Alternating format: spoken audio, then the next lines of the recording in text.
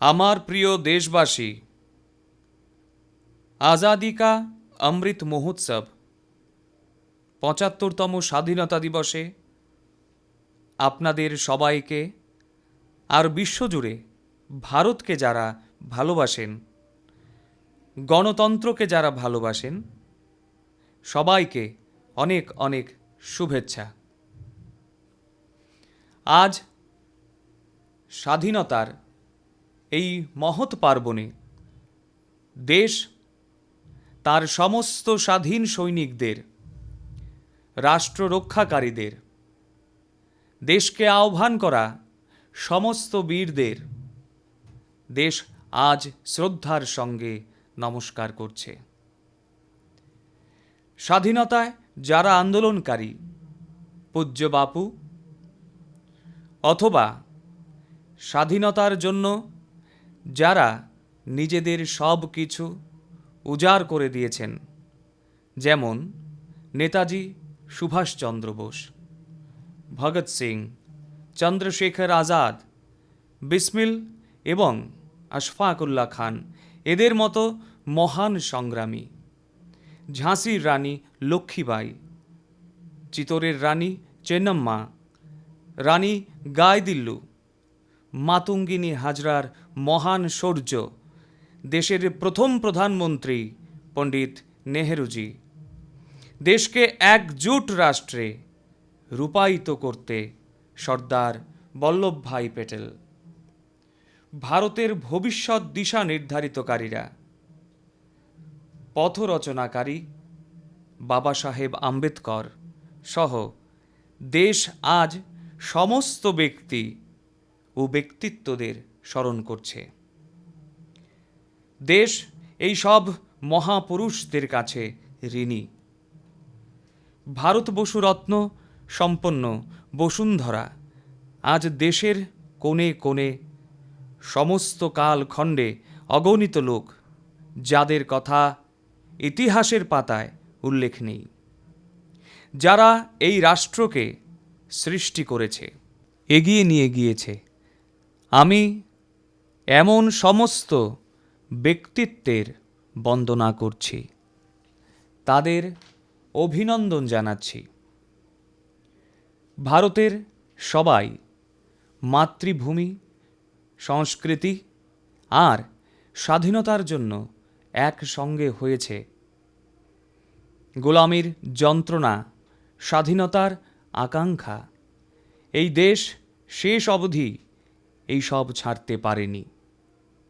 জয় পরাজয় আসতেই থাকে, কিন্তু মনোমন্দিরে প্রতিষ্ঠিত স্বাধীনতার আকাঙ্ক্ষা শেষ অবধি খতম হওয়ার নয়। আজ এই সবের সঙ্গে সবার সঙ্গের পুরোধা, তাদের সবাইকে প্রণাম করার সময়। আর দেশ প্রণামের মূলে রয়েছে করোনা বৈশ্বিক মহামারী।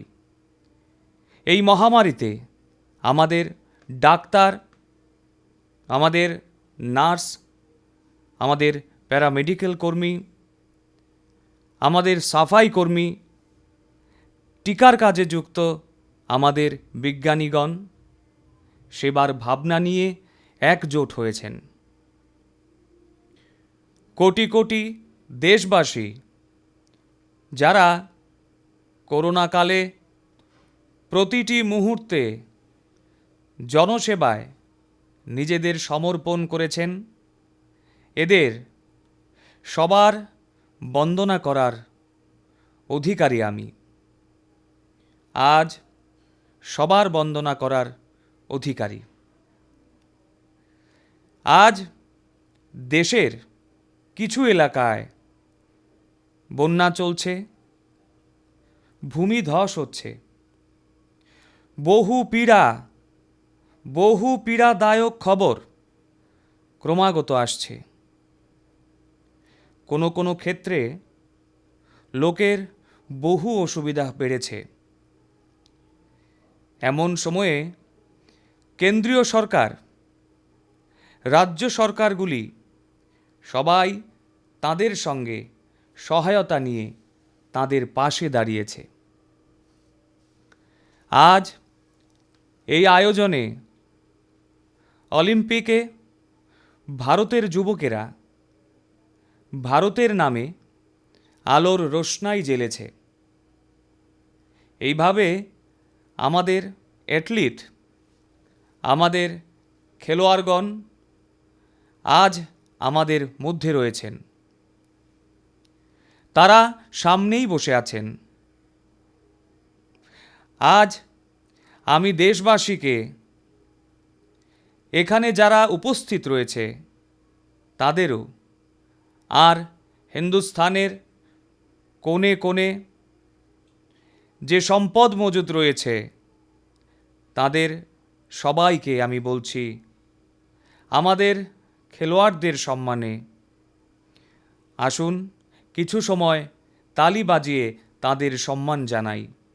ভারতের খেলোয়াড়দের সম্মান, ভারতের যুব সম্প্রদায়ের সম্মান, ভারতের গৌরব সৃষ্টিকারী খেলোয়াড় যুবকদের সম্মান।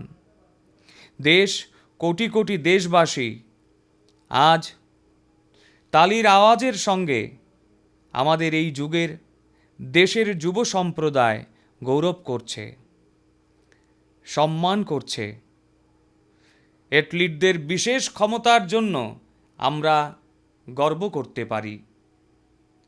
তারা আমাদের হৃদয় জয় করে নিয়েছে, কিন্তু তারা আগত প্রজন্মকে, ভারতের যুব প্রজন্মকে প্রেরণা দেওয়ার জন্য বহু বড় কাজ করেছেন।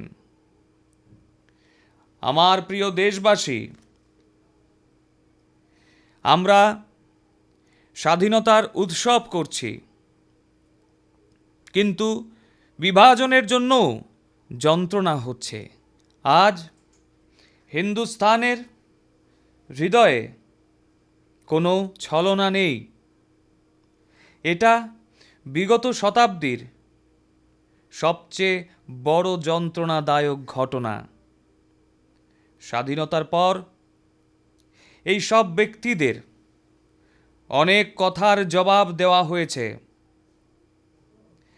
কাল ভারতের এক ভাবনা নির্ণয় করে নিয়েছে, আজ থেকে প্রতি বছর 14 আগস্টে বিভাজন, বিভীষিকা স্মৃতি দিবসের রূপে মনে করতে হবে।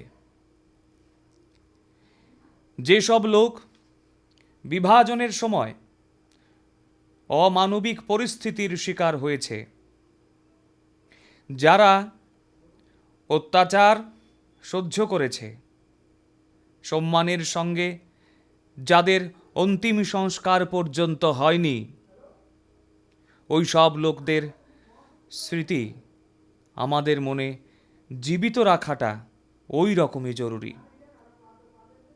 স্বাধীনতার 75তম দিবসে বিভাজন, বিভীষিকা স্মৃতি দিবসে যারা এই সূত্রে পরিস্থিতির শিকার হয়েছিলেন তাদের প্রতি দেশবাসী সাদরে শ্রদ্ধাঞ্জলি নিবেদন করছে।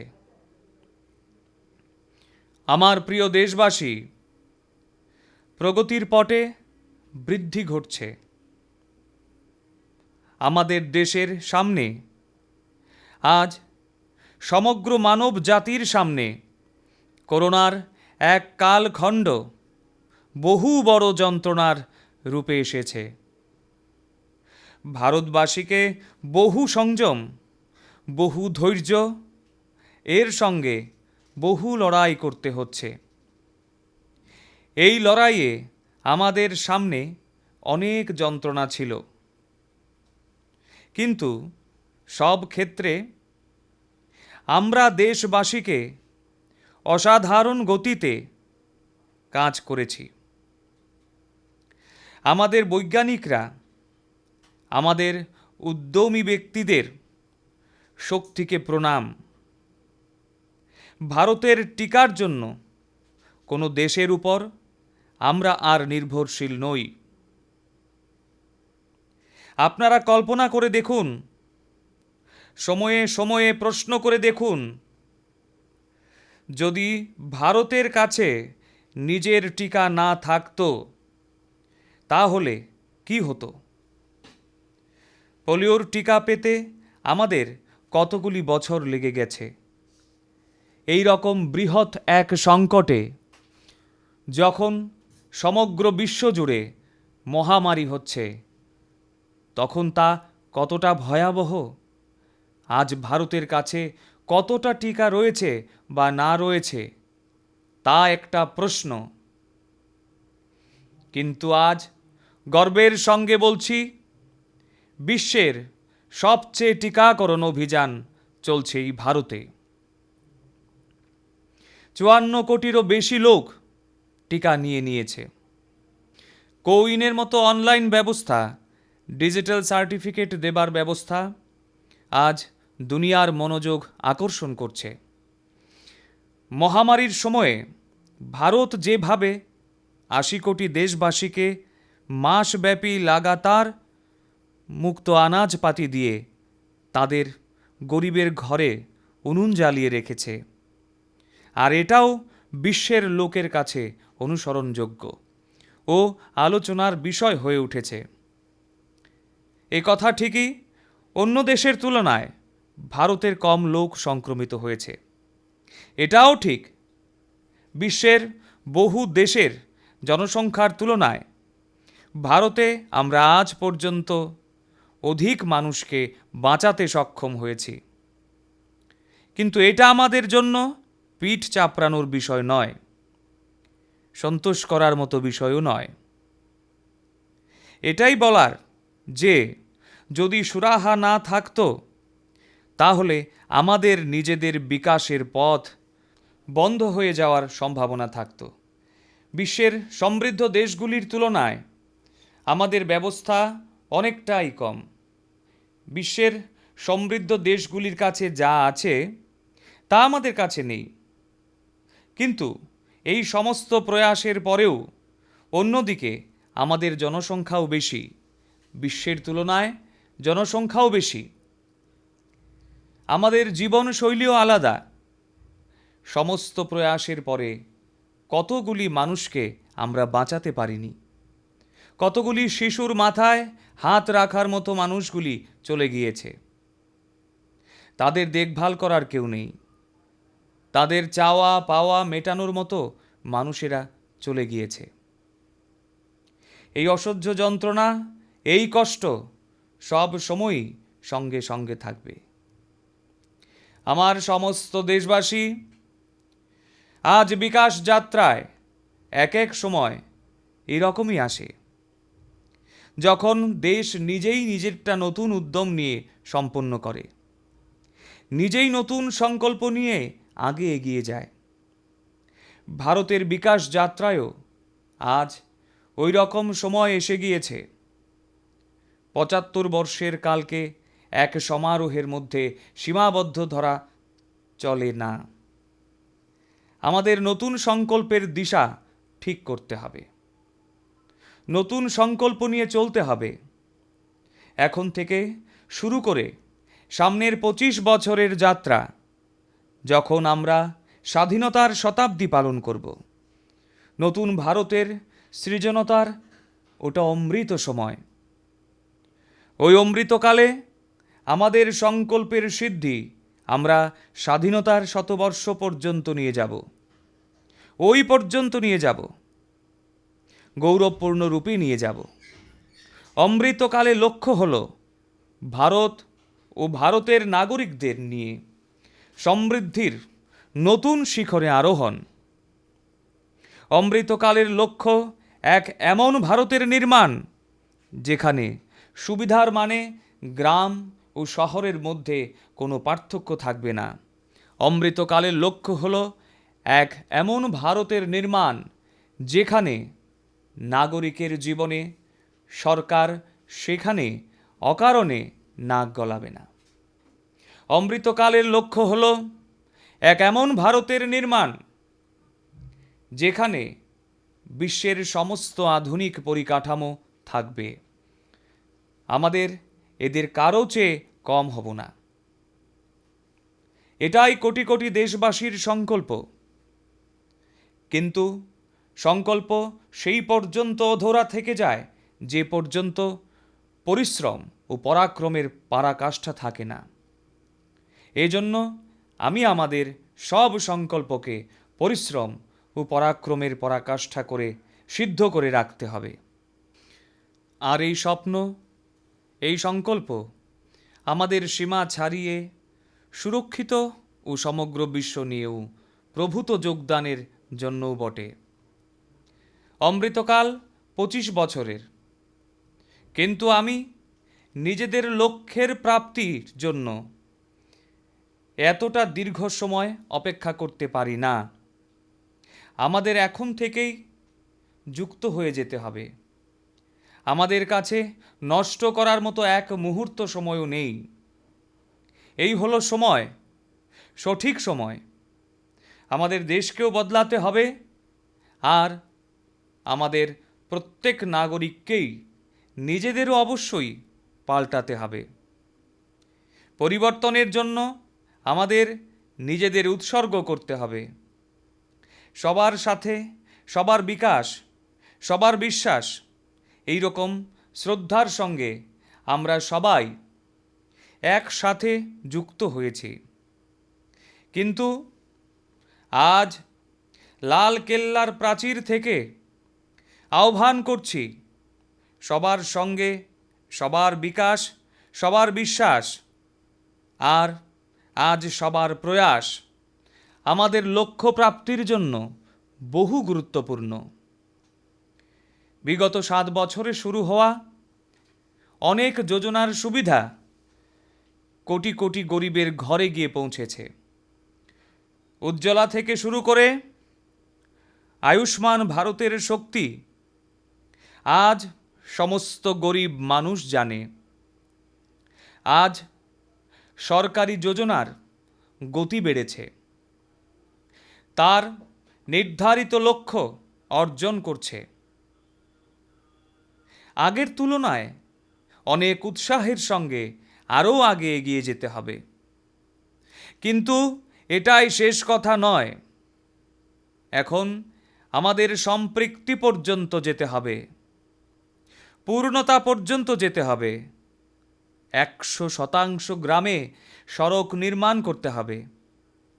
100% পরিবারের ব্যাংক অ্যাকাউন্ট থাকতে হবে। 100% সুবিধা প্রাপকের আয়ুষ্মান ভারতের কার্ড থাকতে হবে। 100% ব্যক্তির উজ্জ্বলা যোজনা আর গ্যাস সংযোগ থাকতে হবে। সরকারি বীমা যোজনা থাকতে হবে। পেনশন যোজনা, আবাস যোজনায় আমাদের সমস্ত হকদার ব্যক্তিদের যুক্ত করতে হবে। 100% অর্জন করার লক্ষ্যে এগিয়ে যেতে হবে। আজ পর্যন্ত আমাদের এখানে কখনো ওই সাথীদের সম্পর্কে কেউ জিজ্ঞাসা করেনি যারা রেড়ির তেলের বাতি জ্বালায়, পথের ধারে ফুটপাতের উপর বসে জিনিসপত্র বিক্রি করে, ঠেলা চালায়। আমি এই সাথীদের স্বনিধি যোজনায় যুক্ত ব্যাংক ব্যবস্থার সঙ্গে যুক্ত করে চলেছি। যেভাবে আমরা বিদ্যুৎকে 100% ঘর পর্যন্ত পৌঁছে দিয়েছি, যেভাবে আমরা 100% ঘরে শৌচালয় নির্মাণের প্রামাণ্য প্রয়াস গ্রহণ করেছি, এইভাবেই আমরা আমাদের যোজনার সম্পূর্ণতার লক্ষ্যে এগিয়ে নিয়ে যাব। আর এই জন্য আমাদের বেশি সময় নিলে চলবে না। আমাদের কয়েক বছরের মধ্যেই নিজেদের সংকল্পকে রূপদান করতে হবে। দেশ আজ প্রতি ঘরে জল মিশনকে সঙ্গে নিয়ে পূর্ণ উদ্যমে কাজ করে চলেছে। আমি খুব খুশি এই জন্য যে জল জীবন মিশন 2 বছরে 4.5 কোটিরও বেশি পরিবারে নলের মাধ্যমে জল পেতে শুরু করেছে। নলের মাধ্যমে জল পাওয়া শুরু হয়ে গেছে। এই 100%-এর সবচেয়ে বড় পাওনা হলো এই সরকারি যোজনা থেকে কেউ যাতে বঞ্চিত না হয়।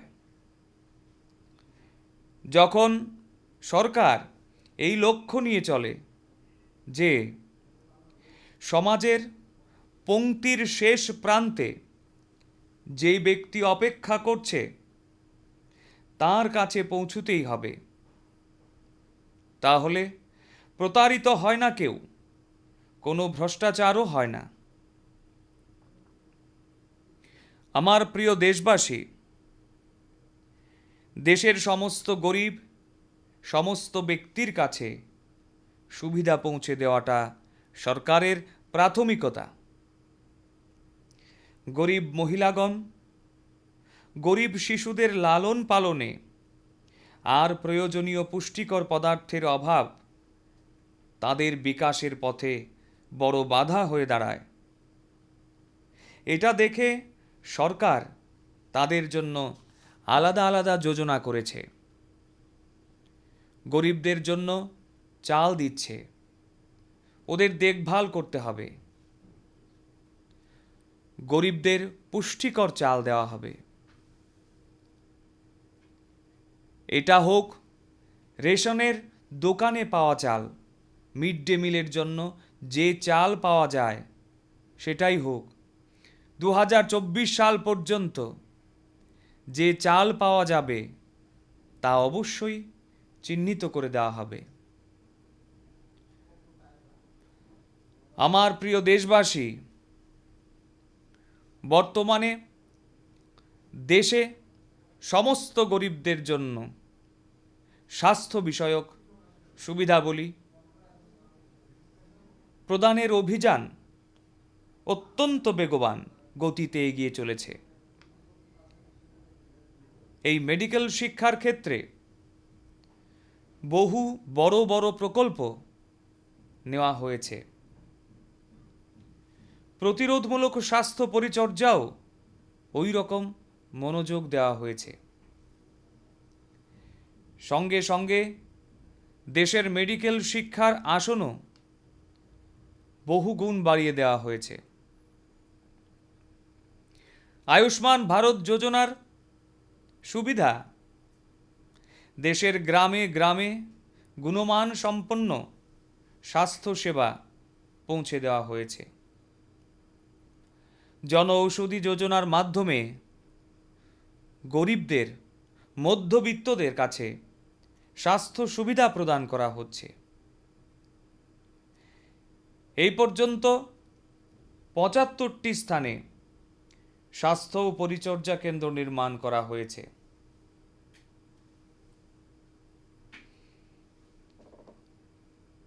এখন ব্লক স্তর পর্যন্ত উচ্চমানের ঔষধালয় আর আধুনিক ল্যাবরেটরি স্থাপন করার নেটওয়ার্ক প্রস্তুত করার জন্য অনেক কাজ করা হচ্ছে।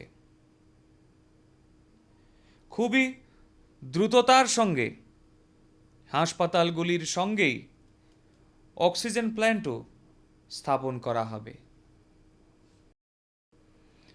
আমার প্রিয় দেশবাসী, একবিংশ শতাব্দীতে ভারতবর্ষকে নূতন উচ্চতায় পৌঁছানোর জন্য দেশের সামর্থ্যের সঠিক এবং সম্পূর্ণ ব্যবহার অত্যন্ত জরুরি।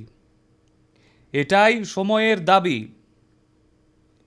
এর জন্য যারা পিছিয়ে আছেন, যে যে ক্ষেত্রগুলোতে পিছিয়ে আছেন, তাদের হ্যান্ড হোল্ডিং জরুরি। মূল চাহিদাগুলির পরিপ্রেক্ষিতে দলিত, আদিবাসী, পিছিয়ে পড়া এবং সাধারণ শ্রেণীর গরিবদের জন্যে সংরক্ষণ নিশ্চিত করতে হবে। সম্প্রতি মেডিকেল পড়ার জন্য সর্বভারতীয় ক্ষেত্রে ওবিসিদের জন্য সংরক্ষণের ব্যবস্থা করা হয়েছে। সংসদে আলোচনা করে ওবিসি সম্পর্কিত সূচি তৈরির অধিকার রাজ্যগুলোকে দেওয়া হয়েছে। আমার প্রিয় দেশবাসী, একদিকে যেমন সমাজের উন্নয়নের যাত্রাপথে কেউ বা কোনো জাতি যাতে পিছিয়ে না পড়েন, আমরা তা সুনিশ্চিত করছি। পাশাপাশি দেশের কোনো প্রান্ত যাতে উন্নয়ন থেকে বঞ্চিত না হয়, সেদিকেও লক্ষ্য রাখতে হবে।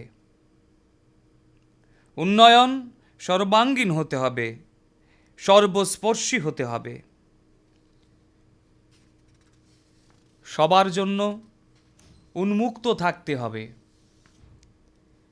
বিগত 7 বছরে দেশের এমন সব ক্ষেত্রের বিকাশের জন্য যে সব প্রয়াস করা হয়েছে, আজ সেই প্রচেষ্টাকে আরও জোরদার করার লক্ষ্যে আমরা এগিয়ে যাচ্ছি।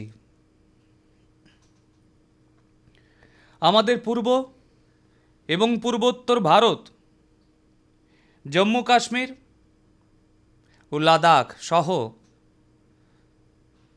গোটা হিমালয় অঞ্চল, দেশের উপকূল ভাগ অথবা আদিবাসী অধ্যুষিত এলাকা, এগুলি ভবিষ্যতে ভারতের বিকাশের বা বিকাশ যাত্রার ভিত্তিভূমি হিসেবে গণ্য হবে।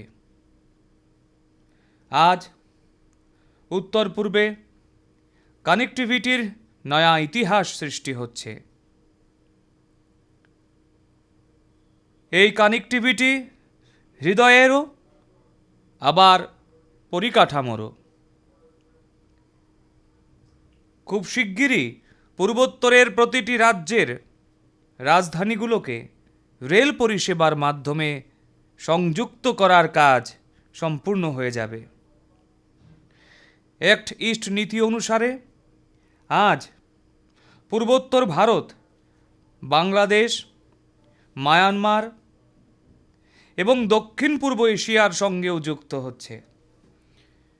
বিগত বছরগুলোতে যেসব প্রচেষ্টা করা হয়েছিল, তার ফলস্বরূপ আজ পূর্বোত্তরে স্থায়ী শান্তির জন্য, শ্রেষ্ঠ ভারত নির্মাণের জন্য উৎসাহ বহুগুণ বৃদ্ধি পেয়েছে। উত্তর পূর্ব ভারতে পর্যটন, অ্যাডভেঞ্চার স্পোর্টস, অর্গানিক ফার্মিং, বনৌষধি, তৈল ক্ষেত্র প্রভৃতির বিপুল সম্ভাবনা রয়েছে।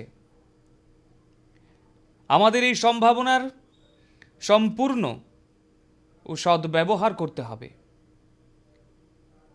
এই অঞ্চলকে দেশের উন্নয়ন যাত্রায় সামিল করতে হবে। আর এই কাজ আমাদের অমৃতকালের কয়েক দশক সময়ের মধ্যেই সম্পূর্ণ করতে হবে। সবার সামর্থ্যের বিকাশের অবকাশ প্রদান, এটাই গণতন্ত্রের মূল ভাবনা। জম্মু হোক বা কাশ্মীর, বিকাশের চিত্র আজ সর্বত্রই পরিলক্ষিত হচ্ছে। জম্মু কাশ্মীরেই ডিলিমিনেশন কমিশন গঠন করা হয়ে গেছে। আর ভবিষ্যতে বিধানসভা নির্বাচনের জন্য প্রস্তুতিও চলছে। লাদাখও বিকাশের অসীম সম্ভাবনার লক্ষ্যে এগিয়ে যাচ্ছে। একদিকে লাদাখ আধুনিক পরিকাঠামো তৈরি হতে দেখছে, অন্যদিকে সিন্ধু সেন্ট্রাল ইউনিভার্সিটি লাদাখকে উচ্চশিক্ষার কেন্দ্রেও পরিণত করছে। একবিংশ শতকের এই দশকে ভারতবর্ষ তার ব্লু ইকোনমির প্রচেষ্টাকে আরও জোরদার করবে। অ্যাকোয়াকালচারের সাথে সাথে সমুদ্রের ভেড়িতে চাষের ক্ষেত্রে যেসব নূতন সম্ভাবনা দেখা যাচ্ছে, সেই সব সম্ভাবনার পূর্ণ বিকাশের জন্য আমাদের প্রয়াস চালাতে হবে। ডিপ ওশেন মিশন সমুদ্রের অসীম সম্ভাবনার খোঁজে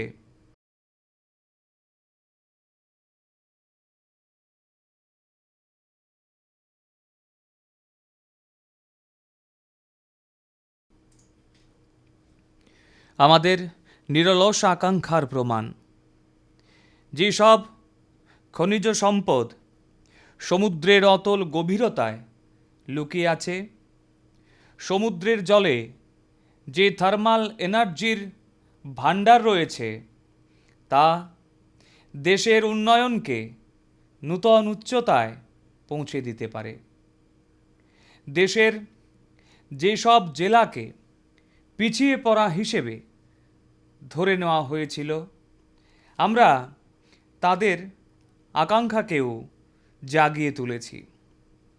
দেশের 110টিরও বেশি এসপিরেশনাল জেলাতে শিক্ষা, স্বাস্থ্য, পুষ্টি, সড়ক, রোজগার সম্পর্কিত যোজনাগুলিকে প্রাথমিকতা দেওয়া হচ্ছে। এগুলোর মধ্যে অনেক জেলা আদিবাসী অঞ্চলে রয়েছে। আমরা এই জেলাগুলোর মধ্যে উন্নয়নের এক জোরদার উৎসাহের সৃষ্টি করেছি।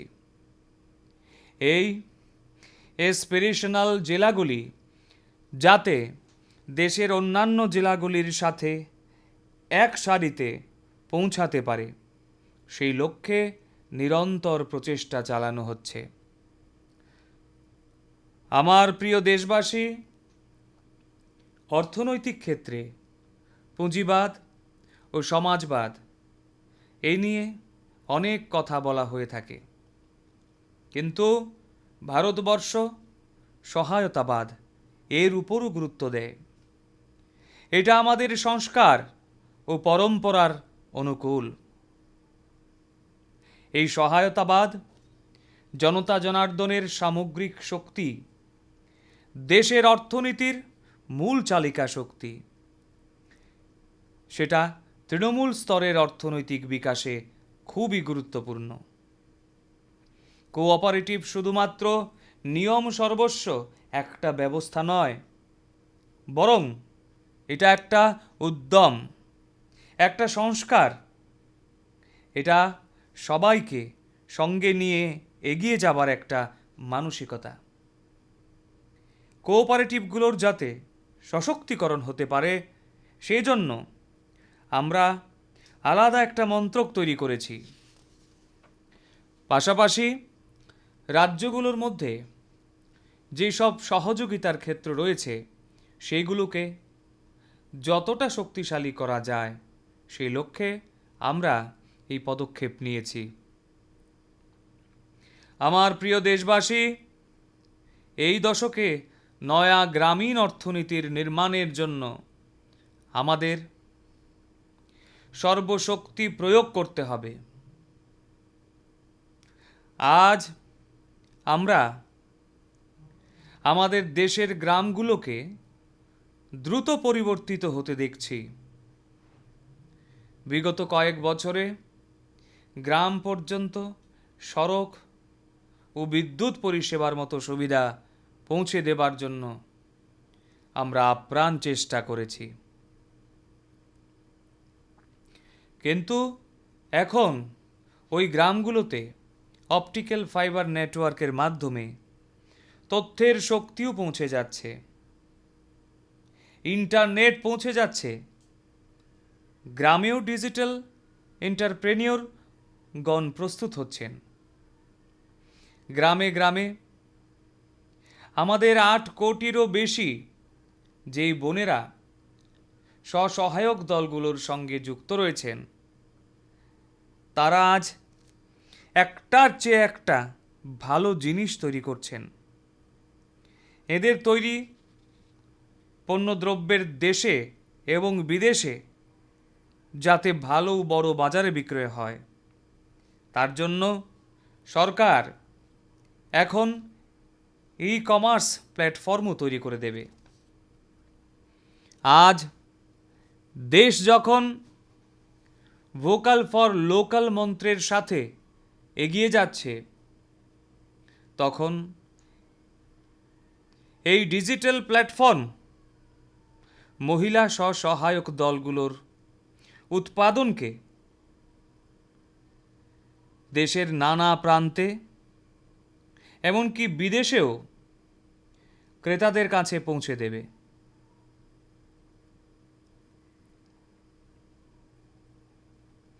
এবং তাদের প্রচার দিকে দিকে ছড়িয়ে পড়বে।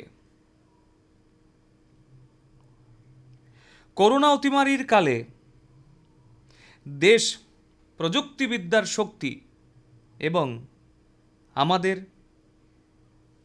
বৈজ্ঞানিকদের সামর্থ্য ও দায়িত্ববোধকে প্রত্যক্ষ করছে।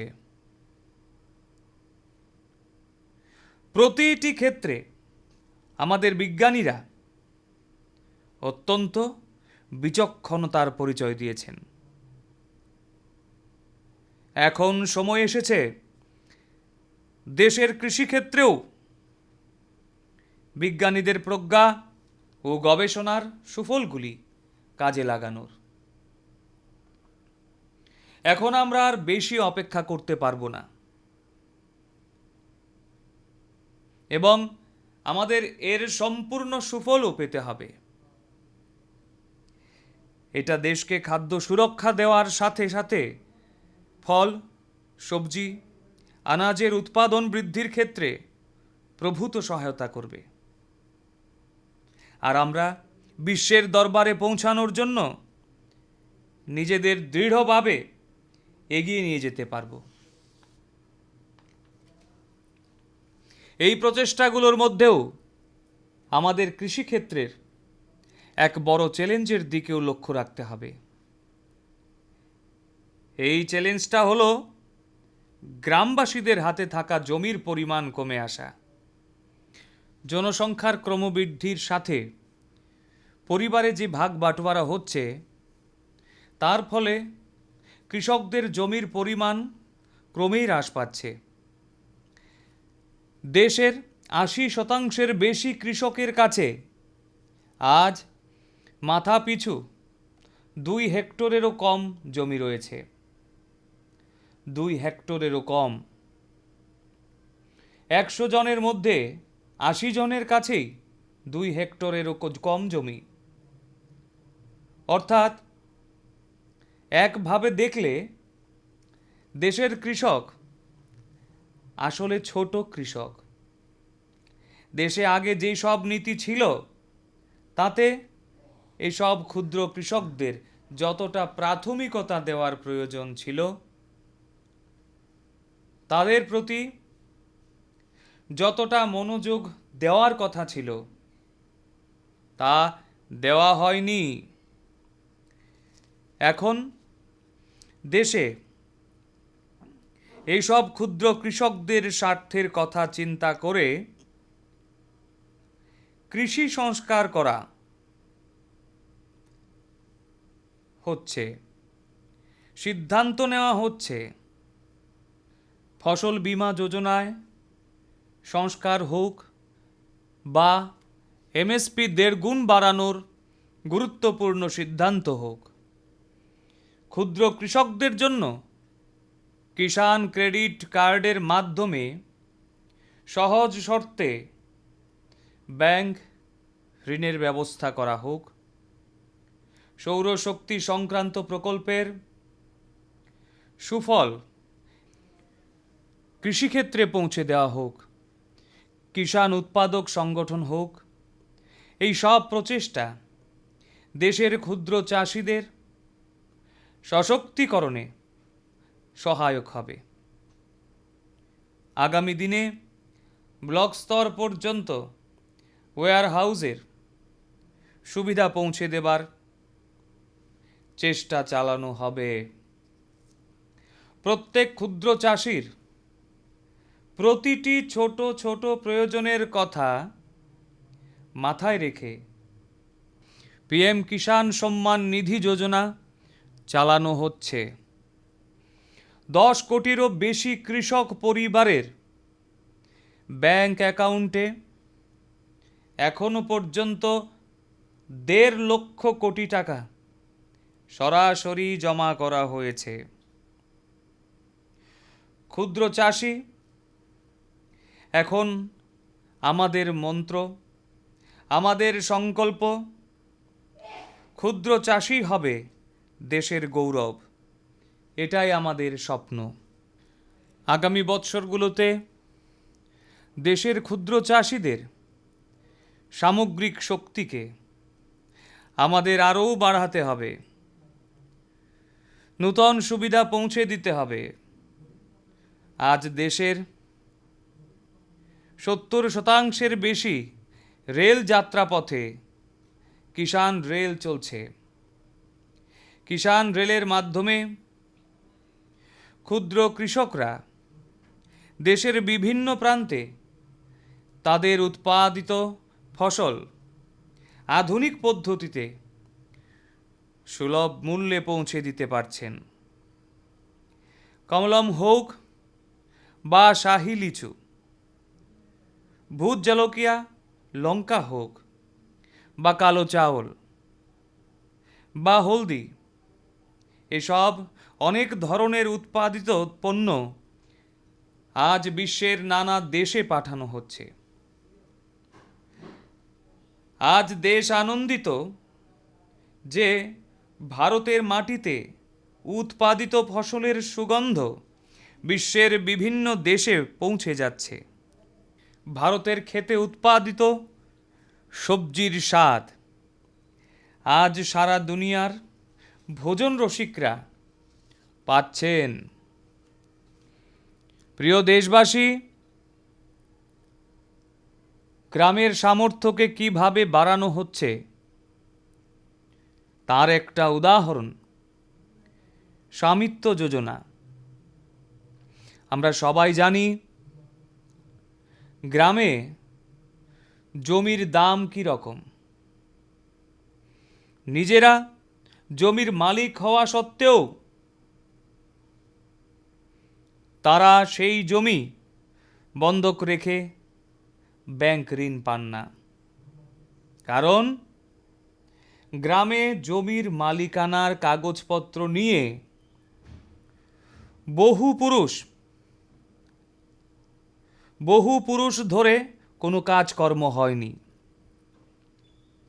গ্রামবাসীদের কাছে এর কোনো ব্যবস্থা নেই। এই পরিস্থিতি পরিবর্তনের কাজ আজ স্বামিত্ব যোজনা করছে। আজ গ্রামে প্রত্যেক ঘরে ঘরে প্রতিটি জমির ড্রোনের মাধ্যমে ম্যাপিং করা হচ্ছে।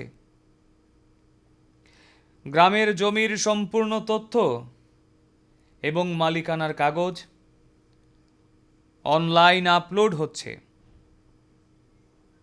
এর ফলে শুধুমাত্র গ্রামের জমি সংক্রান্ত বিবাদ যে শেষ হচ্ছে তাই নয়, পাশাপাশি গ্রামবাসীদের সহজে ব্যাংক ঋণ পাওয়ার পথও প্রশস্ত হয়েছে। গ্রাম ও গরিবদের জমি বিবাদের নয়, বিকাশের ভিত্তি। দেশ আজ সেই পথেই এগোচ্ছে। প্রিয় দেশবাসীগণ, স্বামী বিবেকানন্দ যখন ভারতের ভবিষ্যতের কথা বলতেন, যখন চোখের সামনে ভারত মাতার দর্শন করতেন,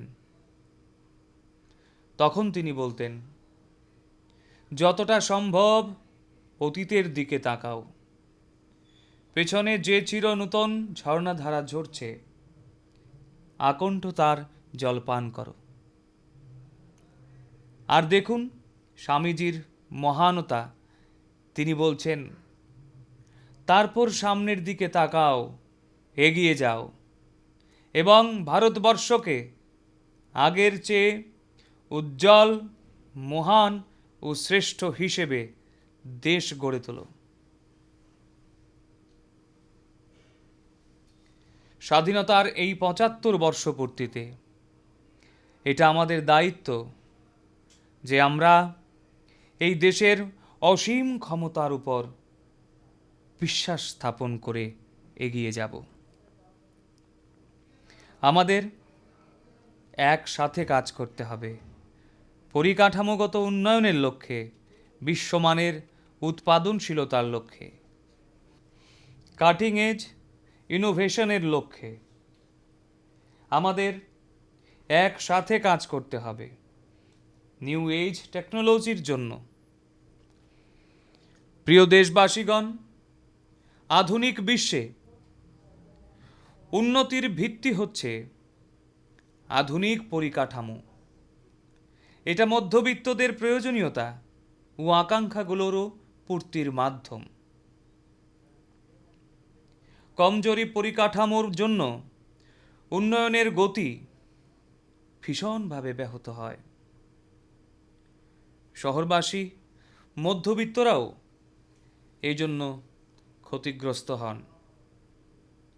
প্রিয় দেশবাসীগণ, এই কথা মাথায় রেখে জল, স্থল ও আকাশ এই তিনটি ক্ষেত্রেই অসাধারণ গতি ও কুশলতার সঙ্গে কাজ করে দেখাতে হবে। দেশে নূতন নূতন জলপথ ও উড়ান চালু করার ক্ষেত্রে জোর কদমে কাজ চলছে। ভারতীয় রেলও দ্রুত আধুনিকতার অবতারে পরিবর্তিত হচ্ছে। দেশ আজাদি কা অমৃত মহোৎসবের সংকল্প নিয়েছে। আপনারা জানেন, এটা ৭৫ সপ্তাহ ধরে উদযাপন করা হবে। গত ১২ই মার্চ থেকে শুরু হয়ে এই মহোৎসব ২০২৩ সালের ১৫ই আগস্ট পর্যন্ত চলবে। এই জন্য দেশ এক মহা গুরুত্বপূর্ণ সিদ্ধান্ত নিয়েছে। এই ৭৫ সপ্তাহে ৭৫ বন্দে ভারত ট্রেন দেশের প্রত্যেক প্রান্তের মধ্যে সংযোগ স্থাপন করবে। আজ যে গতিতে দেশে নূতন বিমানবন্দর তৈরি হচ্ছে, যেভাবে উড়ান প্রকল্পে দূর দূরান্তের মধ্যে সংযোগ স্থাপন হচ্ছে, তা অভূতপূর্ব। উন্নততর এয়ার কানেক্টিভিটি কিভাবে জনসাধারণের স্বপ্নকে সফল করছে, আজ আমরা তা প্রত্যক্ষ করছি। আমার প্রিয় দেশবাসী, ভারতবর্ষে আধুনিক পরিকাঠামোর সাথে সাথে পরিকাঠামো নির্মাণে হোলিস্টিক অ্যাপ্রোচ এবং ইন্টিগ্রেটেড অ্যাপ্রোচ বজায় রাখা অত্যন্ত গুরুত্বপূর্ণ। আগামী কিছুদিনের মধ্যেই কোটি কোটি দেশবাসীর স্বপ্ন পূরণ করতে আমরা একটা সুবিশাল প্রকল্প, প্রধানমন্ত্রী গতিশক্তির ন্যাশনাল মাস্টার প্ল্যান প্রকাশ করতে যাচ্ছি। ১০০ লক্ষ কোটি টাকারও বেশি ব্যয়ে এই প্রকল্প দেশের লক্ষ লক্ষ যুবক যুবতীর সামনে কর্মসংস্থানের নূতন সুযোগ এনে দেবে। গতিশক্তি আমাদের দেশের জন্য এমন একটা ন্যাশনাল ইনফ্রাস্ট্রাকচার মাস্টার প্ল্যান, যা দেশে হলিস্টিক ইনফ্রাস্ট্রাকচারের ভিত্তিপ্রস্তর স্থাপন করবে এবং আমাদের অর্থনীতিকে এক ইন্টিগ্রেটেড এবং হলিস্টিক পথ দেখাবে। বর্তমানে আমাদের পরিবহন মাধ্যমগুলোর মধ্যে সমন্বয় নেই। গতিশক্তি এই কায়াকল্প ভাঙবে। ভবিষ্যতে চলার পথে বাধা বিপত্তি সরিয়ে সাধারণ মানুষের সময় সাশ্রয়কারী হবে এবং শিল্পক্ষেত্রের উৎপাদনশীলতা বাড়াবে। প্রিয় দেশবাসী, বিকাশের পথে আগে এগিয়ে যেতে হলে ভারতের নিজস্ব প্রস্তুতকরণ ও রপ্তানি এই দুই ক্ষেত্রেই অগ্রসর হতে হবে। আপনারা দেখেছেন কিছুদিন আগেই স্বদেশী বিমানবাহী আইএনএস বিক্রান্ত সমুদ্রে মহড়ার জন্য চলছিল। ভারত এখন নিজেই যুদ্ধবিমান নির্মাণ করছে, নিজেদের ডুবোজাহাজ নির্মাণ করছে, অন্তরিক্ষেও গগনযান চালানোর জন্য নিজেই তৈরি করছে। এই স্বদেশী প্রস্তুতকরণ আমাদের সামর্থ্যকে তুলে ধরছে। করোনার পর নতুন আর্থিক পরিস্থিতিতে মেক ইন ইন্ডিয়াকে স্থাপনা করতে দেশ উৎপাদন সংযুক্ত সুবিধাবলী পর্যন্ত ঘোষণা করা হয়েছে। এই যোজনায় যেসব পরিবর্তন আসছে তার উদাহরণ রয়েছে বৈদ্যুতিন প্রস্তুতকরণ ক্ষেত্রে। 7 বছর আগে আমরা প্রায় $8 বিলিয়ন মোবাইল ফোন আমদানি করতাম। আজ এইসব আমদানি কমে গিয়েছে। এখন আমরা $3 বিলিয়ন মোবাইল ফোন রপ্তানি করছি। বর্তমানে আমরা যখনই প্রস্তুতকরণ ক্ষেত্রে গতি আনতে পারছি, তখন এটাও মনে রাখতে হবে যে ভারতে যা কিছুই বানানো হচ্ছে তা আমরা উত্তম মানের করে বৈশ্বিক প্রতিযোগিতা পর্যন্ত পৌঁছতে এক কদম এগিয়ে যাব। এগুলি তৈরি করার পর বিশ্ববাজারে পাঠানোর লক্ষ্যমাত্রা নিতে হবে। দেশের সমস্ত প্রস্তুতকারকদের আমি বলতে চাই, আমাদের প্রস্তুতকারকরা যাতে এটা কখনোই ভুলে না যান যে আপনার উৎপাদিত পণ্য বাইরে বিক্রয় করা হচ্ছে,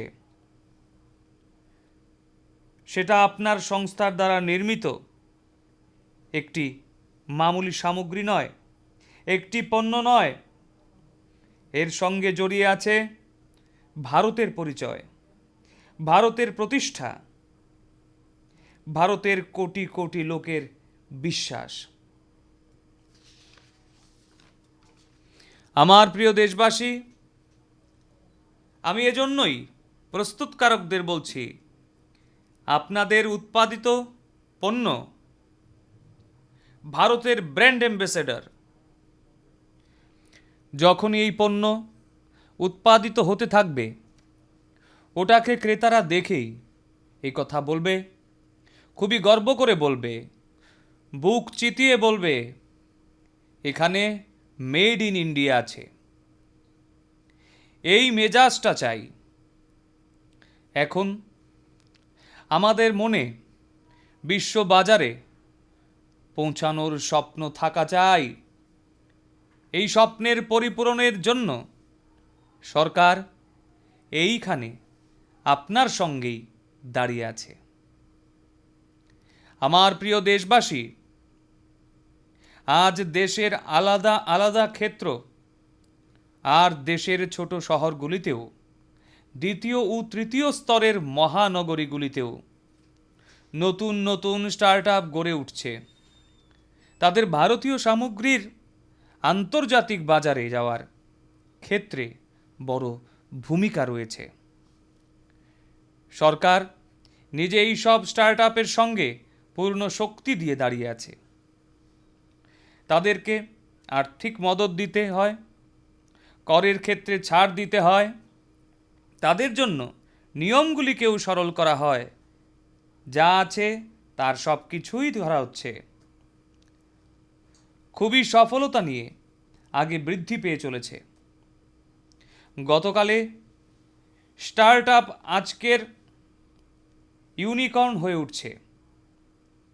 এদের বাজার মূল্য 1000 কোটি টাকা পর্যন্ত পৌঁছে যাচ্ছে।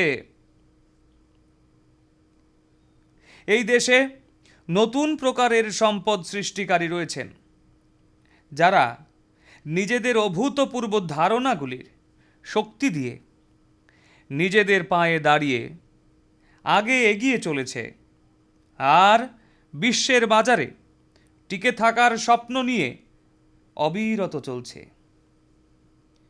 এই দশকে ভারতের স্টার্ট আপ ইকোসিস্টেম, এটাকে আমরা সারা বিশ্বের সর্বশ্রেষ্ঠ করে তুলব। আমাদের এই দিশা নিয়ে কাজ করতে হবে। এটাকে দমন করা যাবে না। আমার প্রিয় দেশবাসী, বড় পরিবর্তন নিয়ে আসার জন্য, বড় সংস্কারের জন্য রাজনৈতিক ইচ্ছাশক্তি, রাজনৈতিক সদিচ্ছা খুবই জরুরি। আজ বিশ্ব দেখছে যে ভারতে রাজনৈতিক ইচ্ছাশক্তির কোনো খামতি নেই। সংস্কারকে চালু করার জন্য উত্তম ও স্মার্ট প্রশাসন চাই। আজ বিশ্ব এই কথারও সাক্ষী যে কি করে ভারত নিজেই প্রশাসনের এক নতুন অধ্যায় লিখে চলেছে। অমৃতকাল এর এই দশকে আমরা পরবর্তী প্রজন্মের সংস্কারের প্রতি অগ্রাধিকার দেব। আমরা এটা নিশ্চিত করব যে শেষ প্রান্তের নাগরিকের কাছে যাতে পরিষেবা প্রদানের মতো সমস্ত সুবিধাবলী পৌঁছে যেতে পারে। দেশের সার্বিক উন্নয়নের জন্য সরকারের দ্বারা অপ্রয়োজনীয় হস্তক্ষেপ ও জনগণের জীবনে সরকারি প্রক্রিয়ার মধ্যস্থতাকে অবশ্যই সমাপ্ত করতে হবে। পূর্বে সরকার নিজেই ছিল চালকের আসনে। এটা হয়তো ওই সময়েরই চাহিদা ছিল, কিন্তু এখন সময় পাল্টে গিয়েছে। বিগত 7 বছরে অপ্রয়োজনীয় আইন ও পদ্ধতির জাল থেকে দেশের জনগণকে মুক্ত করতে দেশে প্রয়োজনীয় প্রয়াসকে জোরদার করা হয়েছে। এ পর্যন্ত দেশের শতবর্ষের পুরনো বহু আইনকে নির্মূল করা হয়েছে। এমনকি করোনা অতিমারির সময়েও সরকার 15,000-এরও বেশি অভিযোগকে নির্মূল করা হয়েছে। এখন আপনারা দেখুন, আপনাদের হয়তো একদা একটি ছোট্ট সরকারি কাজের জন্য এক গাদা ঝামেলা ও কাগজে কর্ম করার ঝুঁকি পোহাতে হতো। ওটাই ছিল পরিস্থিতি। আমরা 15,000 আইনি অভিযোগের মূলে ইতি টেনেছি। সির্ফ কল্পনা করুন।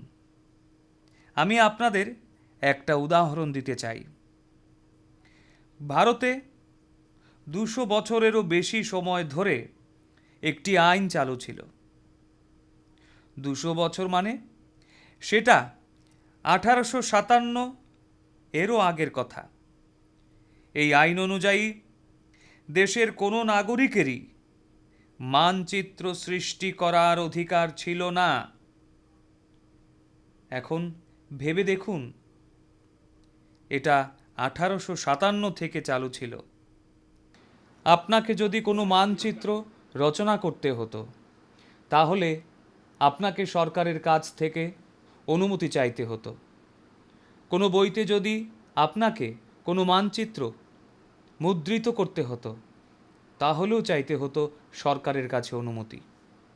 এই মানচিত্রটি যদি কোনো কারণে হারিয়ে যেত তাহলে গ্রেপ্তার করার সংস্থানও ছিল তাতে। আজকের দিনে প্রত্যেক ফোনে ম্যাপ আপ রয়েছে, উপগ্রহের এতটাই শক্তি রয়েছে, তাহলে আমরা কিভাবে দেশকে এই ধরনের আইনের বোঝা সহ এগিয়ে নিয়ে যাব? এই বোঝার ঝামেলা থেকে মুক্ত হওয়াটা খুবই গুরুত্বপূর্ণ। আমরা মানচিত্রকরণ, মহাকাশ, তথ্য প্রযুক্তি এবং বিপিওর মতো বহু ক্ষেত্রে নানাবিধ নিয়মাবলী নির্মূল করেছি।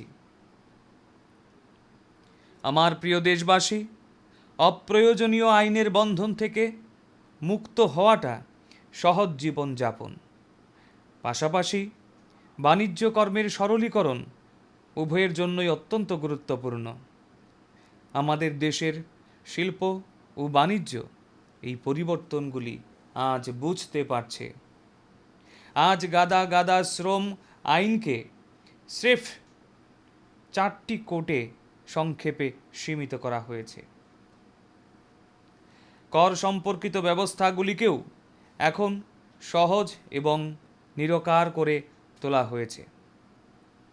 আমাদের সবাইকে একযোগে কাজ করতে হবে, তাহলে এই ধরনের সংস্কার আর সরকারের মধ্যেই শুধু সীমাবদ্ধ থাকবে না, উপরন্তু এগুলিকে গ্রাম পঞ্চায়েত, পুর নিগম এবং পুরসভাগুলিতেও অন্তর্ভুক্ত করা যাবে। আমি সমস্ত কেন্দ্রীয় রাজ্য দপ্তরগুলিকে বর্তমানে চালু নিয়মাবলী ও পদ্ধতিগুলি পর্যালোচনা করতে, একটি অভিযানের সূচনা করতে একটি সানুগ্রহ অনুরোধের মাধ্যমে আবেদন জানাচ্ছি। আমাদেরকে প্রতিটি নিয়ম, প্রতিটি প্রক্রিয়া যেগুলি বাধা হয়ে উঠেছে এবং যেগুলি দেশের জনগণের কাছে বোঝা স্বরূপ, সেইগুলি থেকে মুক্ত হতে হবে। আমি জানি 70-75 বছরে যা জমা করা হয়েছে সেগুলি একদিন বা এক বছরে দূরীভূত হবে না, কিন্তু আমরা যদি এই উদ্দেশ্য কাজ করতে শুরু করি তাহলে আমরা অবশ্যই এটা করতে পারব।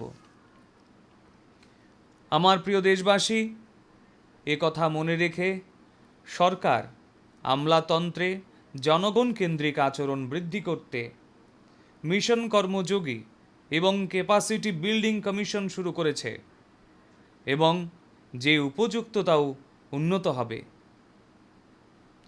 আমার প্রিয় দেশবাসী, আমাদের শিক্ষা ব্যবস্থা, শিক্ষার ঐতিহ্যের একটি বিশাল ভূমিকা রয়েছে। যুবকদের গঠন করার ক্ষেত্রে যারা দক্ষতা সম্পন্ন, বড় ভূমিকা রয়েছে। আমাদের শিক্ষা ব্যবস্থা, শিক্ষার ঐতিহ্য প্রভৃতি সেই যুবশক্তির প্রস্তুতির ক্ষেত্রে এক বিশেষ ভূমিকা পালন করে। যাদের মধ্যে দক্ষতা ও সামর্থ্য রয়েছে এবং যারা সত্যিই দেশের জন্য কিছু করতে চায়। একবিংশ শতাব্দীর চাহিদা পূরণের লক্ষ্যে দেশ এক নতুন জাতীয় শিক্ষানীতি চালু করেছে। এখন আমাদের ছেলেমেয়েরা দক্ষতার অভাবে থেমে থাকবে না, অথবা কোনো ভাষার বন্ধনেও আবদ্ধ থাকবে না। দুর্ভাগ্যবশত আমাদের দেশে ভাষাগত দিক থেকে এক বিশাল বিভাজন রয়েছে। ভাষার খাঁচায় আমরা দেশের এক বৃহৎ অংশের প্রতিভাকে বন্দী করে রেখেছি। মাতৃভাষায় দক্ষ, প্রতিভাবান ছেলেমেয়েরা যখন এগিয়ে আসবে, তাদের আত্মবিশ্বাস বৃদ্ধি পাবে।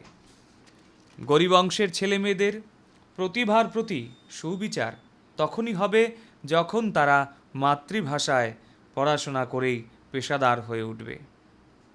আমি বিশ্বাস করি নয়া জাতীয় শিক্ষানীতিতে ভাষাই দারিদ্র্যের বিরুদ্ধে লড়াইয়ের হাতিয়ার। এই নয়া শিক্ষানীতি অন্যভাবে দেখলে দরিদ্রের বিরুদ্ধে লড়াইয়ে একটা বড় অস্ত্র হতে যাচ্ছে।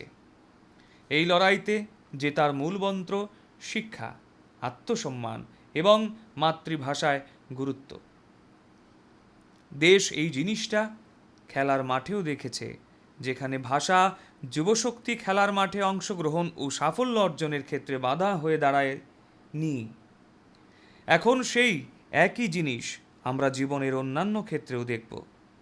নয়া শিক্ষানীতির আরও একটা বৈশিষ্ট্য হলো, এতে খেলাধুলাকে এক্সট্রা কারিকুলামের পরিবর্তে শিক্ষার মূল বিষয়ের অন্তর্ভুক্ত করা হয়েছে। খেলাধুলা জীবনচর্চার একটি অপরিহার্য অঙ্গ। জীবনের সম্পূর্ণতা আনার জন্য খেলাধুলা অত্যন্ত গুরুত্বপূর্ণ। একটা সময়ে খেলাধুলাকে মূল বিষয় হিসেবে ধরা হতো না। মা বাবারাও খেলাধুলাকে সময়ের অপচয় বলে ধরতেন। এখন খেলাধুলা এবং ফিটনেস সম্পর্কে সবাই সচেতন। আমরা অলিম্পিকেও এটা দেখেছি এবং অনুভব করেছি। এটা আমাদের জন্য একটা বড় টার্নিং পয়েন্ট। এই কারণেই ক্রীড়াক্ষেত্রে প্রতিভা, প্রযুক্তি ও পেশাদারদের আরও বেশি করে যুক্ত করার যে অভিযান দেশে চলছে, তাকে আরও জোরদার করতে হবে। এটা আমাদের জন্য গর্বের বিষয় যে আমাদের মেয়েরা শিক্ষা, ক্রীড়া, বোর্ড পরীক্ষা বা অলিম্পিক্সে অভূতপূর্ব প্রদর্শন করছে। আজ মেয়েরা যখন তাদের লক্ষ্য পূরণে ছুটে যাচ্ছে, তখন আমাদের নিশ্চিত করতে হবে যাতে তারা জীবনের প্রতিটি ক্ষেত্রে সমমর্যাদা ও সমান সুযোগ পেতে পারে, যাতে তারা কর্মক্ষেত্রে এবং আসা যাওয়ার পথে নিরাপদ বোধ করে, তাদের প্রতি সম্ভ্রম বোধ যেন থাকে। এবং এই ক্ষেত্রে সরকার, প্রশাসন, আরক্ষা দপ্তর এবং বিচার ব্যবস্থাকেও নিজেদের ভূমিকা পালনে দায়িত্ববান হতে হবে। এটাকে আমাদের স্বাধীনতার ৭৫ বর্ষপূর্তির সংকল্প হিসেবে নিতে হবে। আজ আমি দেশবাসীর সঙ্গে সুখবর ভাগ করে নিচ্ছি।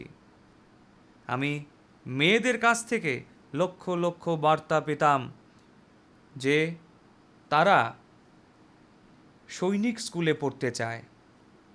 ওই স্কুলের দরজা তাদের জন্য খুলে দেওয়া হয়। ওই স্কুলের দরজা যেন তাদের জন্য খুলে দেওয়া হয়। আমরা মিজোরামের সৈনিক স্কুলে ২-২.৫ বছর আগে একটা পাইলট প্রজেক্ট হিসেবে মেয়েদের ভর্তির সুযোগ করে দিয়েছিলাম। এখন সরকার সিদ্ধান্ত নিয়েছে সকল সৈনিক স্কুলেই মেয়েদের ভর্তি করানো হবে। দেশের মেয়েরাও এখন থেকে সৈনিক স্কুলে পড়ার সুযোগ পাবে। পরিবেশ সুরক্ষাও এখন বিশ্বজুড়ে রাষ্ট্রীয় সুরক্ষার মতোই গুরুত্ব পাচ্ছে। এই বিষয়ে ভারত এখন এক মুখ্য প্রবক্তার ভূমিকা পালন করছে। জৈব বৈচিত্র্য, জমির উর্বরতা, জলবায়ু পরিবর্তন, বর্জ্য ব্যবস্থাপনা, জৈব চাষ বা বায়োগ্যাস, শক্তির সংরক্ষণ বা পুনর্নবীকরণযোগ্য শক্তির ব্যবহার, এসব ক্ষেত্রে ভারতের প্রচেষ্টার ফল আজ পাওয়া যাচ্ছে। বনভূমির পরিমাণ বৃদ্ধি, জাতীয় উদ্যানের সংখ্যা বৃদ্ধি, বাঘ ও এশিয়ান সিংহের সংখ্যা বৃদ্ধি প্রভৃতি আজ দেশবাসীর আনন্দের কারণ। আমার প্রিয় দেশবাসী, এই সমস্ত সফলতার মধ্যে একটি সত্যকে অবশ্যই অনুধাবন করতে হবে। ভারত এখনও শক্তির ক্ষেত্রে স্বাধীন নয়। ভারতকে এখনও শক্তি আমদানির জন্য বাৎসরিক ১২ লক্ষ কোটি টাকা খরচ করতে হয়। ভারতের প্রগতি এবং আত্মনির্ভর ভারত গড়তে ভারতের শক্তি, স্বাধীনতা এখন সময়ের চাহিদা। তাই আজ স্বাধীনতার ১০০ বছর পূর্ণ হওয়ার আগেই ভারতকে শক্তি স্বাধীন করে তুলতে একটি সিদ্ধান্ত নিতে হবে এবং এজন্য আমাদের পথ নির্দেশিকাও অত্যন্ত পরিষ্কার।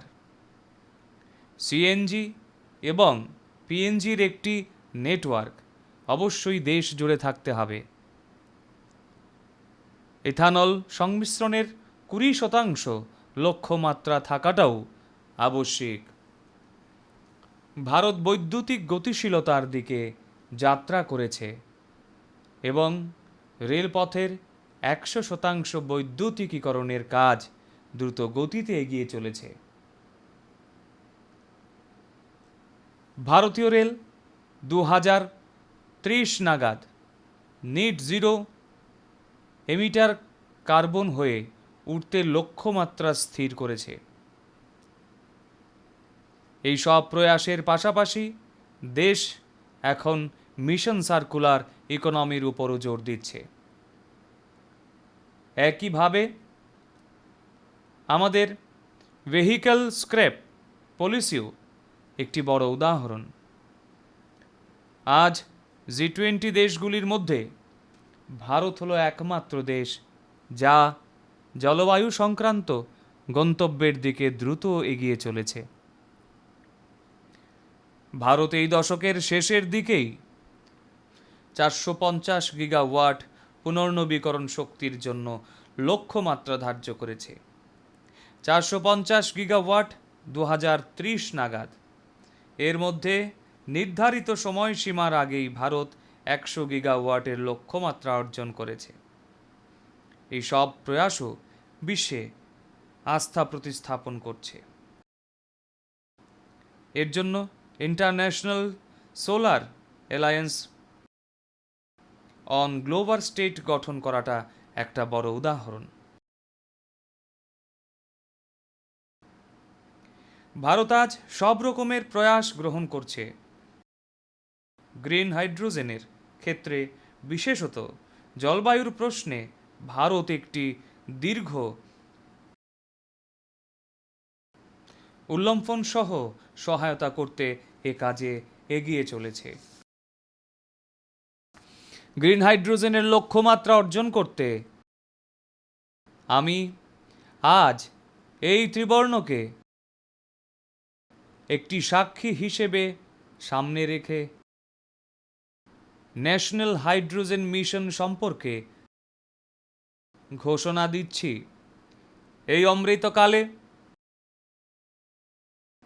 আমাদের অবশ্যই ভারতকে একটি গ্রিন হাইড্রোজেন উৎপাদনের জন্য গ্লোবাল হাব হিসেবে গড়ে তুলতে হবে।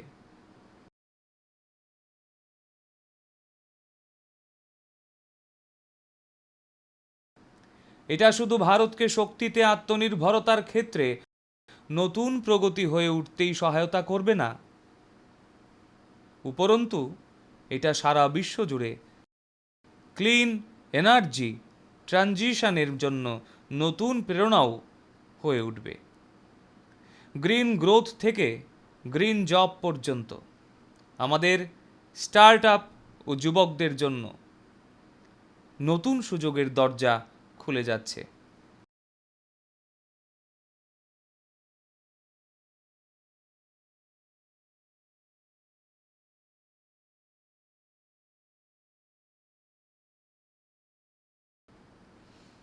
আমার প্রিয় দেশবাসী, আজ 21 শতকের ভারতের পক্ষে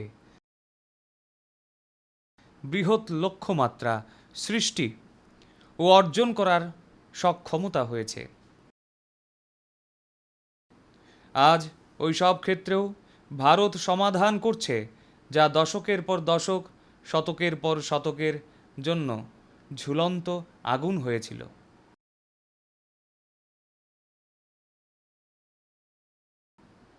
এটা হতে পারে 370 ধারা বিলোপের মতো ঐতিহাসিক সিদ্ধান্ত।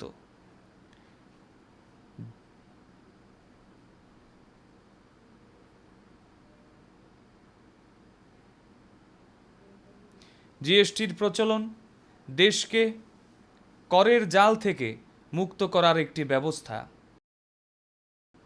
আমাদের সামরিক বন্ধুদের জন্য এক পদ এক পেনশন সম্পর্কিত সিদ্ধান্ত, রাম জন্মভূমি ইস্যুর শান্তিপূর্ণ সমাধান, এটা আমরা দেখলাম যা মাত্র কয়েক বছরে সম্পন্ন হয়েছে। ত্রিপুরায় ব্রু রিয়াং চুক্তি সম্পন্ন হলো কয়েক দশক পর। ওবিসি কমিশনকে সাংবিধানিক মর্যাদা দান, অথবা স্বাধীনতার পর এই প্রথমবারের মতো জম্মু কাশ্মীরে বিডিসি এবং ডিডিসি নির্বাচন ভারতের সিদ্ধান্ত নেওয়ার মতো ইচ্ছাশক্তি আছে, এগুলি তারই উদাহরণ।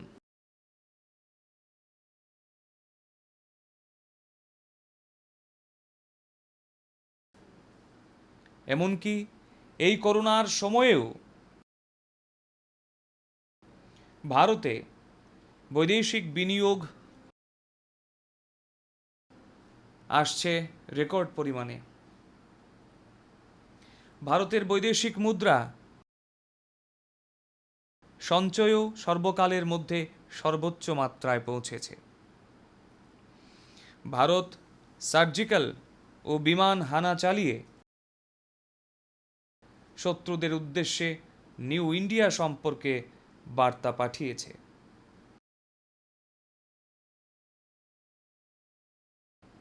এটা দেখিয়ে দিচ্ছে যে ভারত পাল্টাচ্ছে। ভারত কঠিন সিদ্ধান্ত নিতে পারে এবং কঠিন সিদ্ধান্তকে বাস্তবে রূপায়িত করতেও এই দেশ দ্বিধা করে না।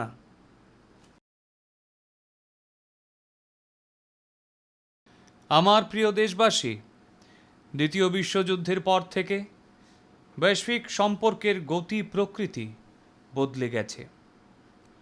করোনা অতিমারির পরেও এক নূতন চেহারা পোস্ট করোনা সম্ভাবনা রয়েছে। করোনা পর্বে গোটা বিশ্ব ভারতের প্রচেষ্টাকে দেখেছে এবং কুর্নিশ জানিয়েছে।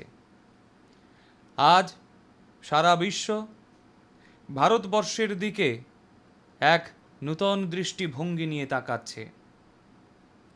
এর দুটো গুরুত্বপূর্ণ দিক রয়েছে।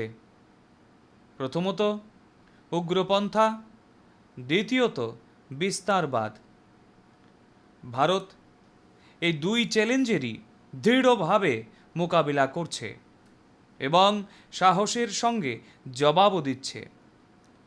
আমরা ভারতবাসীরা যাতে আমাদের সকল দায়িত্ব সঠিকভাবে পালন করতে পারি, সেজন্য আমাদের প্রতিরক্ষা ব্যবস্থাও ততটাই সুদৃঢ় হওয়া আবশ্যক। প্রতিরক্ষা ক্ষেত্রে স্বনির্ভর হওয়ার লক্ষ্যে সুদেশীয় সংস্থাগুলিকে উৎসাহ প্রদান এবং ভারতীয় উদ্যোগীদের সুযোগ দেওয়ার জন্য আমরা নিরন্তর প্রয়াস চালিয়ে যাচ্ছি। আমি দেশকে নিশ্চয়তা দিচ্ছি যে দেশের প্রতিরক্ষায় ব্যস্ত সেনানীদের হাত শক্ত করার জন্য আমরা চেষ্টার কোনো ত্রুটি রাখব না। প্রিয় দেশবাসী, আজ দেশের বরেণ্য চিন্তাবিদ ঋষি অরবিন্দেরও জন্মদিন।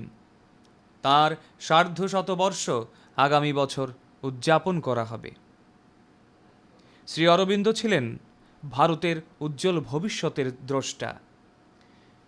তিনি বলতেন, আমাদের এতটাই শক্তিশালী হতে হবে যেটা আমরা কখনো ছিলাম না। আমাদের অভ্যাস পরিবর্তন করতে হবে, আমাদের নিজেদের পূর্ণ জাগরিত করতে হবে। ঋষি অরবিন্দের এই কথাগুলি আমাদের দায়িত্বের কথা স্মরণ করিয়ে দেয়। আমাদের এ কথাও চিন্তা করতে হবে যে আমরা নাগরিক হিসেবে দেশ বা সমাজকে কি দিচ্ছি। আমরা অধিকারকে সর্বদা গুরুত্ব দিচ্ছি।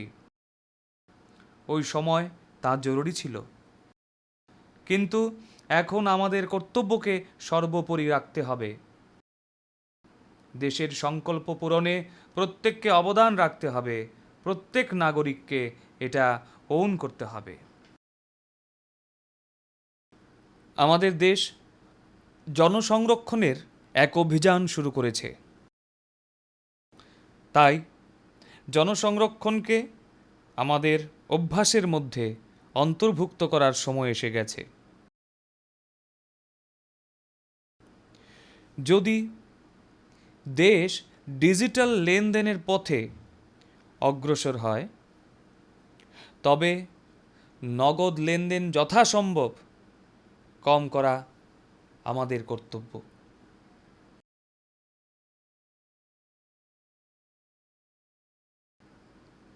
দেশ আজ ভোকাল ফর লোকাল অভিযান শুরু করেছে। তাই যথাসম্ভব স্থানীয় পঞ্চদ্রব্য কেনা বা ব্যবহার করা আমাদের কর্তব্য। ভারতকে প্লাস্টিক ফ্রি করার লক্ষ্যে আমাদের প্রত্যেকের দায়িত্ব সিঙ্গেল ইউজ প্লাস্টিক ব্যবহার বন্ধ করা, নদীতে ময়লা না ফেলা, সমুদ্র তীর পরিষ্কার রাখাও আমাদের কর্তব্য। স্বচ্ছ ভারত মিশনকে আমাদের এক নতুন উচ্চতায় পৌঁছে দিতে হবে। আজ সারা দেশ যখন স্বাধীনতার ৭৫ বর্ষপূর্তিতে অমৃত মহোৎসব পালন করছে, আমাদের প্রত্যেকের এতে উৎসাহের সঙ্গে যোগদান করা এবং সংকল্পগুলিকে বারবার স্মরণ করা অবশ্য কর্তব্য। স্বাধীনতা সংগ্রামকে মনে রেখে আমরা যাই করতে পারি, যতটাই করতে পারি, সেই এক বিন্দু অমৃতের মতো পবিত্র আর কোটি কোটি ভারতবাসীর প্রয়াসে যে অমৃত কুম্ভ গড়ে উঠবে, তা আগামী দিনে প্রেরণা হিসেবে উৎসাহ যোগাবে।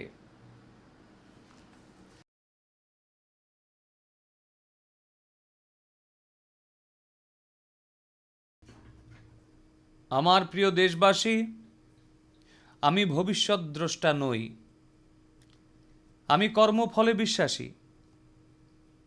আমার বিশ্বাস আছে দেশের যুবকদের উপর, দেশের বোনেদের উপর, মেয়েদের উপর, দেশের কৃষকদের উপর, দেশের প্রফেশনালসদের উপর, যারা ক্যান ডু জেনারেশন, যা সব লক্ষ্যই জয় করতে পারে। আমার বিশ্বাস ২০৪৭ সালে স্বাধীনতার স্মরণীয় উৎসব, যখন স্বাধীনতার ১০০ বছর হবে, তখন যেই প্রধানমন্ত্রী হবেন, উনি যখন তিরঙ্গা উত্তোলন করবেন এবং উনার ভাষণে যেই সাফল্যের কথা বর্ণন করবেন, সেই সাফল্য সেটাই হবে যা আজ দেশ সংকল্প করছে। এ আমার বিজয়ের বিশ্বাস। আজ আমি যা শপথের রূপে আপনাদের বলছি, ২৫ বছর পরে যিনি জাতীয় পতাকা উত্তোলন করবেন, তিনি এই কথাগুলির বাস্তবায়নের কথা আপনাদের জানাবেন। দেশ এই প্রকল্পগুলোর বাস্তবায়নের বিজয় গাথা গাইবে। আজকের যুবশক্তি তখন দেখবে দেশ কিভাবে এই সাফল্য অর্জন করেছে।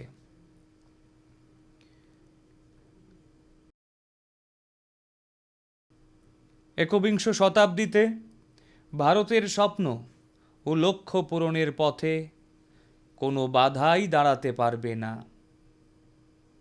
আমাদের উদ্যম, আমাদের শক্তি, আমাদের একতা, আমাদের শক্তি। দেশ সর্বদা সবার আগে, এই ভাবনাই আমাদের জীবনী শক্তি।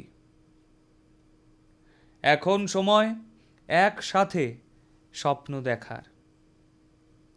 এখন সময় একসাথে সংকল্প করার। এখন সময় একসাথে চেষ্টা করার। আর এখন সময় একসাথে বিজয়ী হওয়ার পথে এগিয়ে চলার। আর তাই আমি আবারও বলছি, যখন দেশ স্বাধীনতার 100 বছর পূর্ণ করবে, তখন দেশবাসীর লক্ষ্য বাস্তবে রূপায়িত হবে।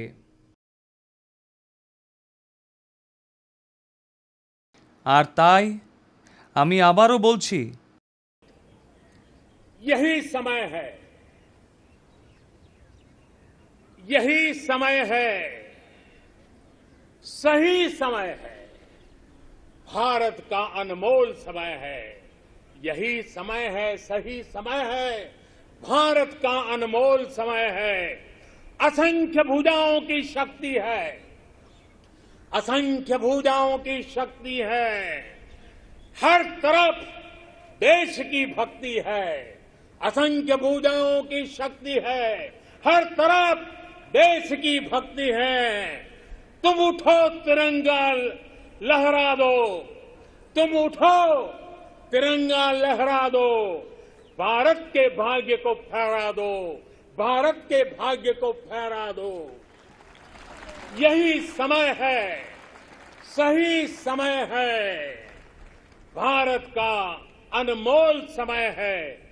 कुछ ऐसा नहीं, कुछ ऐसा नहीं जो कर न सको, कुछ ऐसा नहीं जो पा न सको। तुम उड़ जाओ, तुम उड़ जाओ, तुम जुट जाओ।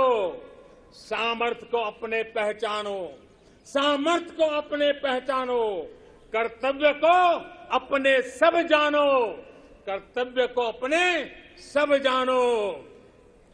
यही समय है, सही समय है, भारत का अनमोल समय है। যখন দেশ স্বাধীনতার 100 বছর পূর্ণ করবে, তখন দেশবাসীর লক্ষ্য বাস্তবে রূপায়িত হবে। এটাই আমার ইচ্ছা। আমার আন্তরিক শুভেচ্ছার সঙ্গে আমি আবারও দেশবাসীকে 75তম স্বাধীনতা দিবসের অভিনন্দন জানাচ্ছি। আজ আমার সাথে হাত মুষ্টিবদ্ধ করে সবাই জোরে বলুন, जय हिंद, जय हिंद, जय हिंद, वंदे वंदे वंदे, भारत माता की, भारत माता की, भारत माता की। बहुत बहुत धन्यवाद।